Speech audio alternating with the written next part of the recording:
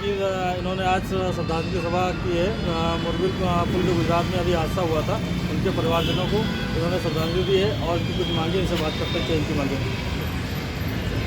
सबसे पहले मैं मोरबी पुल में जो मारे गए मृतक हैं दुर्घटना में, उन सभी को श्रद्धांजलि अर्पित करता हूँ और उनके परिवार के लिए सांत्वना व्यक्त करता हूँ। और साथ ही ये कहना चाहता हूँ कि जो गुजरात में मोरबी पुल हादसे में मारे गए थे वो सिर्फ एक आम नागरिक नहीं, वो वहाँ के वोटर्स थे, निर्वाचन आयोग के सदस्य के रूप में थे, वोटर थे। और ऐसे वक्त पर जब एक ही विधानसभा से एक ही राज्य में सैकड़ों वोटर्स मारे जाते हैं और वहाँ पर चुनाव कराए जाते हैं, बहुत शर्म का विषय है। और साथ ही निर्वाचन के आचार संहिता के कारण उन लोगों को आर्थिक सहायता भी नहीं दी जा सकती, जिसकी वजह से समय समय पे उन परिवारों को दिक्कतें भी होगी। तो मेरा भारत निर्वाचन आयोग से ये निवेदन है कि वो तत्काल चुनावों को स्थगित करें गुजरात के।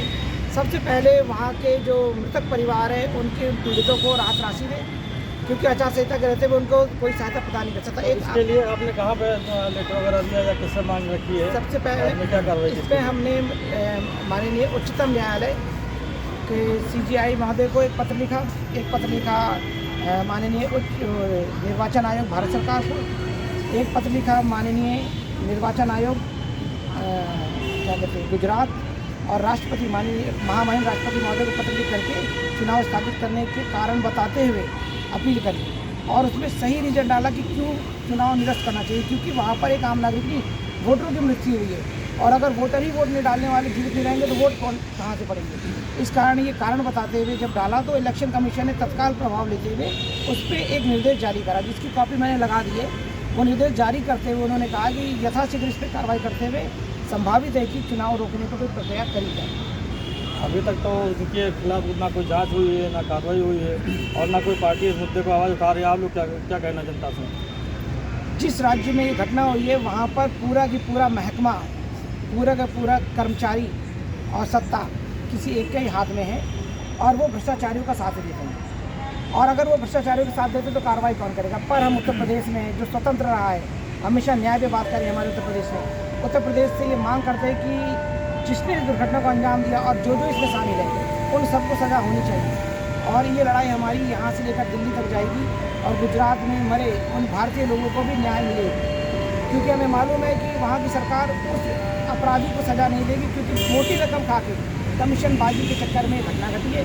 एक घड़ी बनाने वाले को, जो घड़ी की सुइयाँ बनाता है, उस व्यक्ति को आपने इंसानी सुरक्षा से संबंधित मामले, संबंधित यंत्रों की अगर आपने जिम्मेदारी दे दी तो दुर्घटना होना संभावित था। जो घड़ी की सुई बना रहा है उस सैकड़ों लोगों को वजह संभालने वाले पुल को बनाना क्या संभव था? क्या उसका कोई पुराना एक्सपीरियंस था?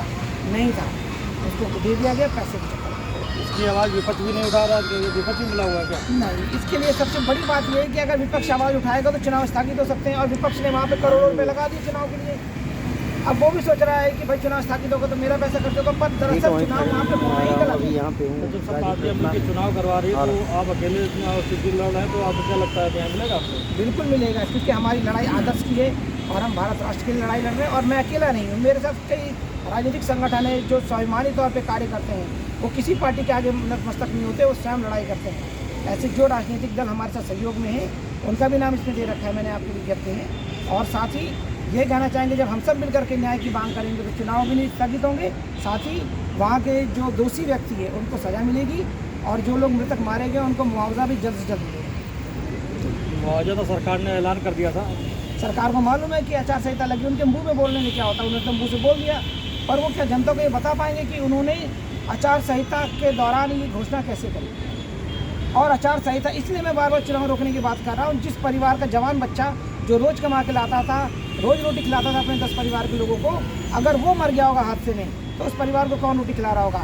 इस इलेक्शन के कारण उनको रोटी नहीं मिल रही होगी तो कितने लोग ऐसे मर जाएंगे। अगर इलेक्शन रुकेगा तो आचार संहिता रुकेगी, आचार संहिता रुकेगी तो लोग उनकी आर्थिक मदद कर पाएंगे। ये है आदर्श जनता समाज पार्टी का, संग्राम पार्टी का मांग है जो निर्वाचन आयोग से उन्होंने पत्र देकर किया है। और सदस्यों से उनकी बात करते हैं इनकी क्या राय है। मैं अमित गौतम, अध्यक्ष नाथागंज ई रिक्शा ऑटो चालक संघ का। मैं गुजरात में मोरबी पुल हादसे में मारे गए सभी परिवारजनों को श्रद्धांजलि देते हुए सरकार से निवेदन करता हूँ कि मतलब परिवार को उचित सहायता प्रदान की जाए। धन्यवाद। आपसे डॉक्टर टी.आर. राष्ट्रीय भ्रष्टाचार अपराध एवं और भारतीय जनता पार्टी का मैं सहयोगी दल में हूँ। सवाल इस बात का है कि पूरे देश में जिस प्रकार से गुजरात मोरबी में जो घटना हृदय विदारक हुई है, निर्दोष लोगों की जाने गई हैं, वहीं जगह पर जो चुनाव हो रहा है, चुनाव हो उसका विरोध की कोई बहुत बड़ी बात नहीं, चुनाव होना चाहिए, लेकिन चुनाव के पहले भुगतान होना चाहिए, क्योंकि जिस प्रकार से वहाँ के पीड़ित परिवार हैं, दुखी परिवार हैं, सैकड़ों की संख्या में हैं, उनका कोई सहयोग नहीं किया गया। तो ऐसे में वहाँ खुशी का माहौल है लोकतंत्र में, एक तरफ दुख का माहौल है। आप लोगों को आचार संहिता लागू होने से पहले मांग करनी चाहिए थी इस चीज़ की। नहीं, आचार संहिता लागू होने के पहले हम लोग इस घटना के बारे में खोज कर रहे थे, सर्च कर रहे थे, तो पता चला कि कोई कंपनी है जो बड़ी बोगस कंपनी है, उस कंपनी को ठेका दिया गया।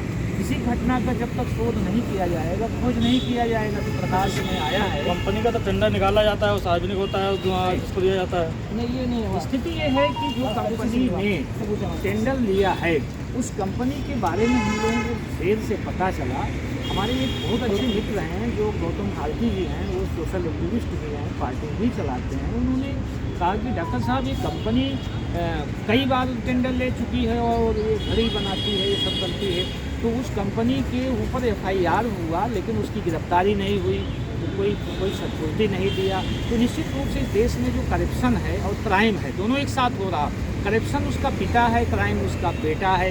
जब तक करप्शन नहीं रुकेगा तब तक क्राइम नहीं रुकेगा। भारतीय जनता पार्टी के साथ में अलायंस किए हुए जुड़े हुए पार्टी बताते हैं, तो आप लोगों ने पहले मांग क्यों रखी है? देखिए, सवाल इस बात बार यही कहना है कि गौतम भारती ने इसको शोध किया। शोध करने के बाद यह पता चला कि निर्दोष लोगों को पैसा नहीं मिला है। सरकार ने डिक्लेयर कर दिया गया, घोषणा कर दिया गया, लेकिन पारदर्शिता के साथ कोई भुगतान नहीं हुआ है।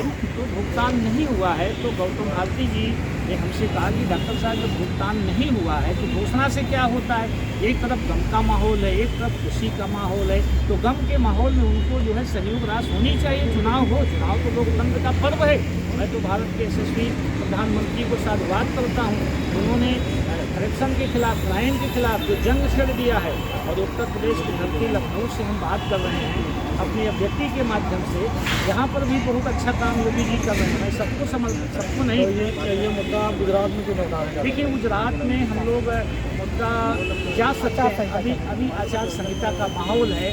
हमारे पत्र, अभी गौतम भारती ने सुप्रीम कोर्ट के चीफ जस्टिस को पत्र लिखा, इलेक्शन कमीशन को पत्र लिखा, तमाम पत्र उन्होंने लिखा।